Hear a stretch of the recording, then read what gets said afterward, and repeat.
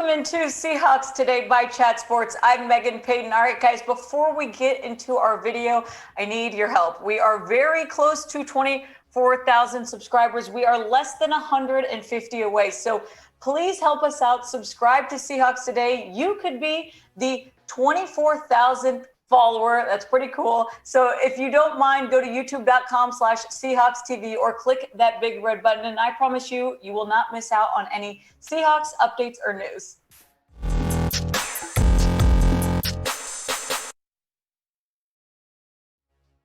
So as expected, the Seattle Seahawks have officially fired Ken Norton Jr. This was all expected, but they officially made it official. Seahawks PR tweeted out, the Seahawks relieved Ken Norton Jr. and Andre Curtis of their duties this afternoon. So which coaching positions are open for Seattle? That is defensive coordinator, the pass game coordinator, and the quarterback coach. So this is all going to be something that Pete Carroll, John Schneider, they're going to have to figure out during the offseason.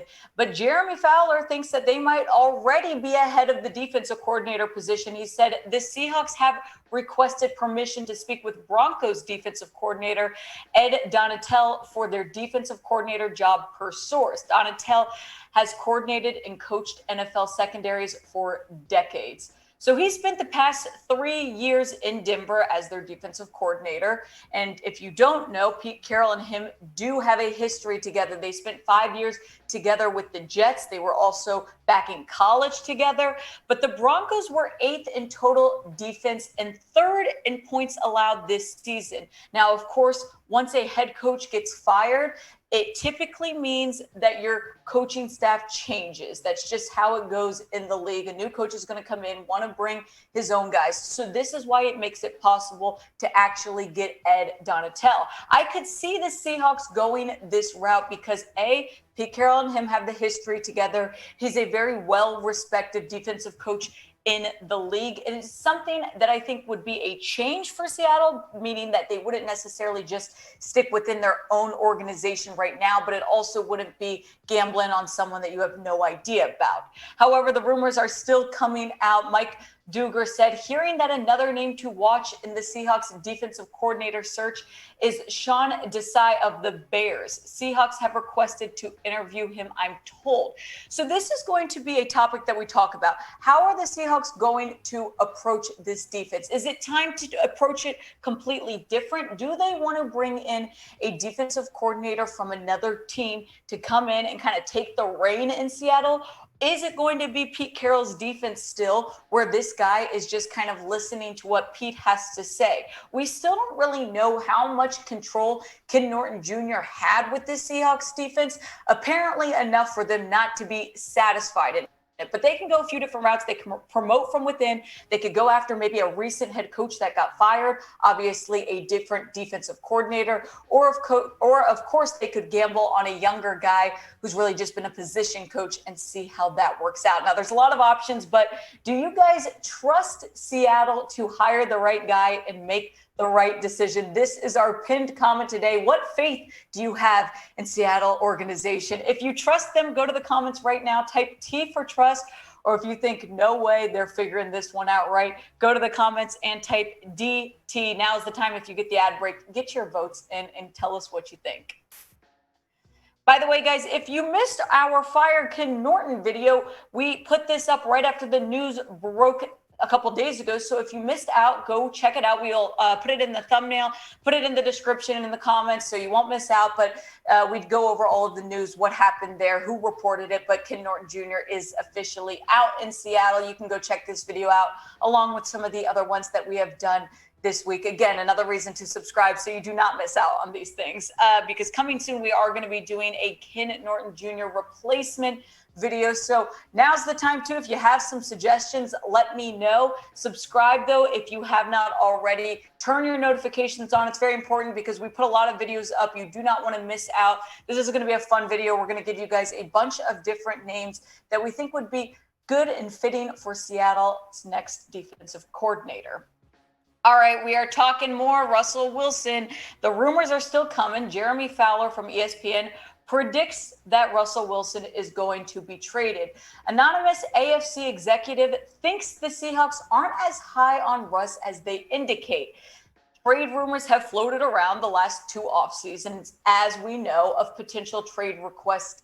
And I think that it's definitely something we know is going to continue to get brought up. This is what the AFC executive told Jeremy Fowler at ESPN. I don't think they are as high on him as they let on. You've got to remember they've looked into trading him multiple times now. You don't do that with a top guy unless you're comfortable with it. The issues that have been going on have been public for a while now, and that's sometimes odd because a lot of stuff goes on behind closed doors, but this has been pretty open. We've heard a lot of rumors about Russell. We've heard about how the Seahawks organization feels about this, how Russ feels about this, and it continues. Jeremy Fowler listened to what the AFC executive had to say, and then this is what he came to his conclusions with. He said, whispers of discord aren't as prevalent right now as they once were, but it's no secret that Wilson wants to be a quarterback in a team in contention, or at least a team willing to make the necessary moves to get there. And as one team source says, Carroll and Wilson, though friendly, have philosophical differences on how to build a team and attack a defense. Carroll's method is tried and true, focused on a steady running game. Wilson, at least in the past, has wanted to open things up. Something might have to give if Wilson forces the issue this offseason. So let's talk about some of the trade destinations he could end up at, because it's clearly not perfect in Seattle with him and Pete Carroll. Whether that means it's going to actually happen, we don't know. These are the biggest teams that we keep hearing about, and even some of them that he kind of mentioned, we reportedly mentioned last offseason. We've got the Denver Broncos, the Las Vegas Raiders, the Giants, the Eagles, and the Saints. So these are some teams that obviously need a quarterback. They would love to get a guy like Russell Wilson on their roster.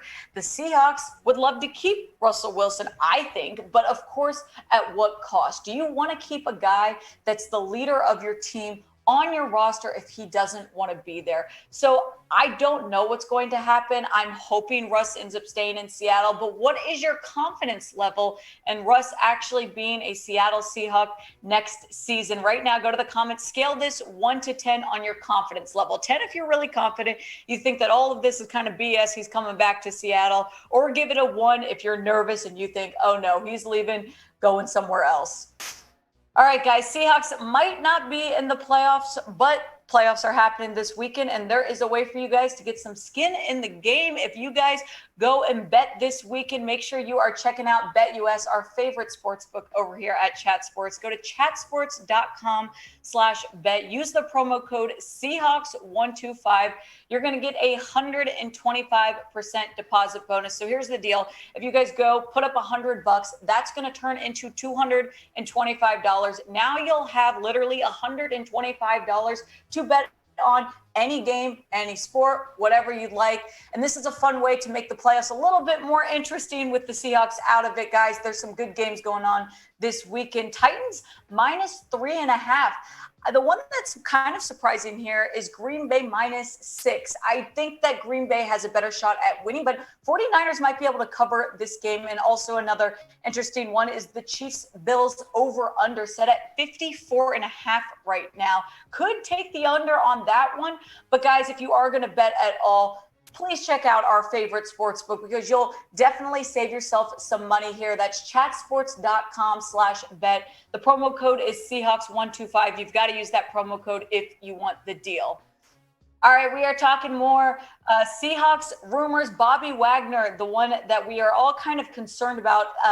710 ESPN Seattle's Wyman and Bob discuss Wagner's future in Seattle. They emphasize Wagner's relationship with Ken Norton Jr. and how that could be a factor on whether or not he stays.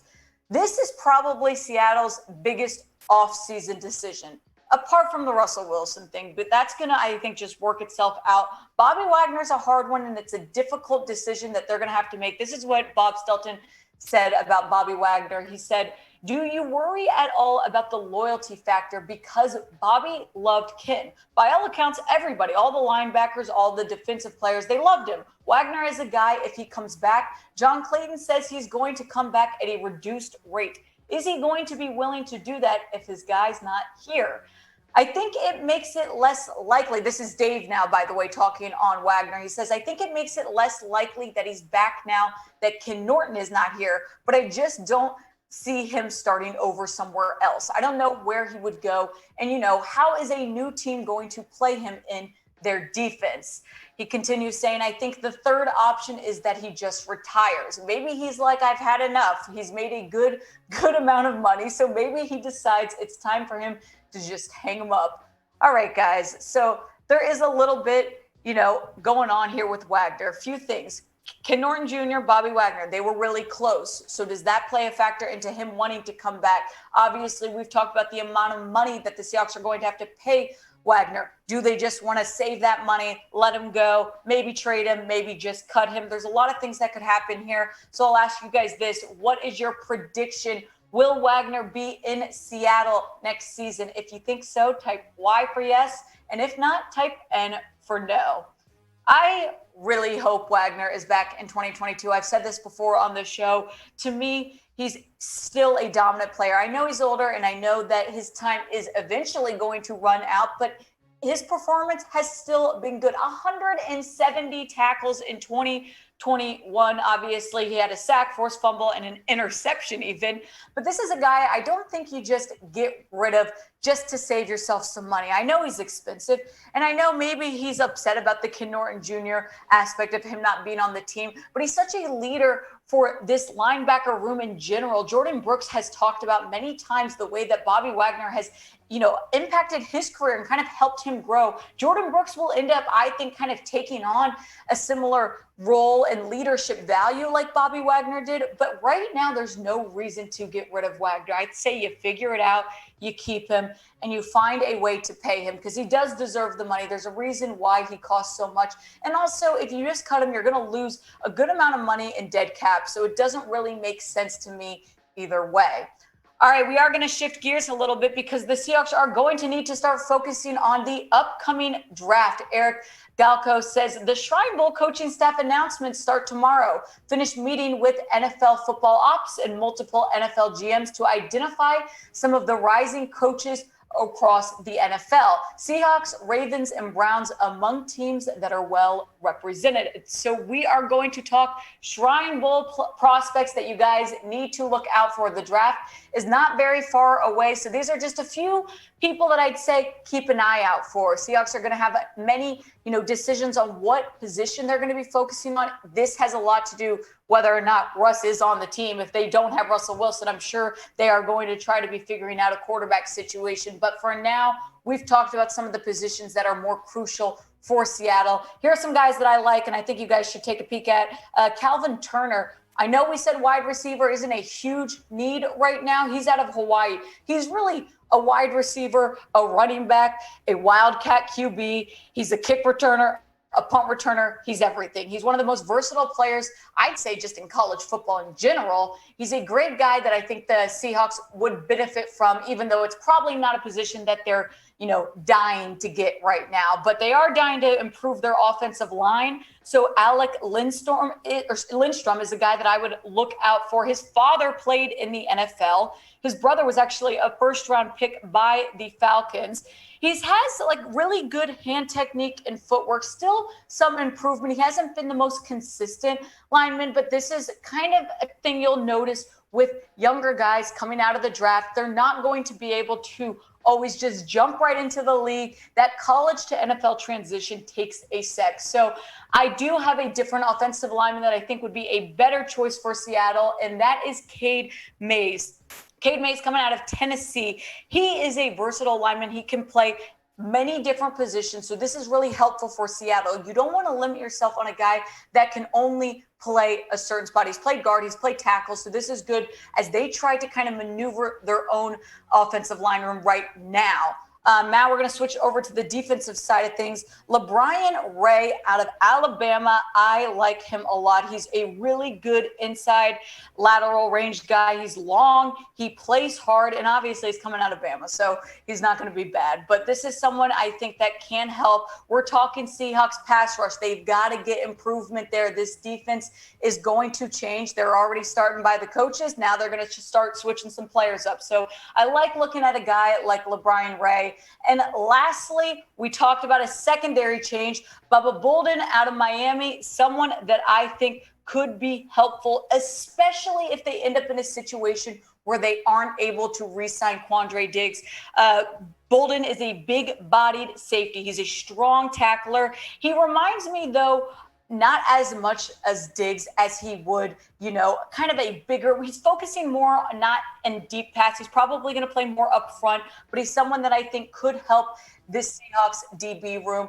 There is going to be a lot of draft talk as we get closer. Offseason rumors and news are continuing. There's a lot going around Seattle right now, guys, but I will tell you guys, if you are going to be watching the draft, thinking about the draft, you've got one chance right now. Dream big. I don't care if it's unrealistic. My last question for you guys on today's show is, if you could pick one of the 2022 prospects for Seattle to draft, who would it be? Go right now to the comments and let me know your favorite guy coming up in this draft.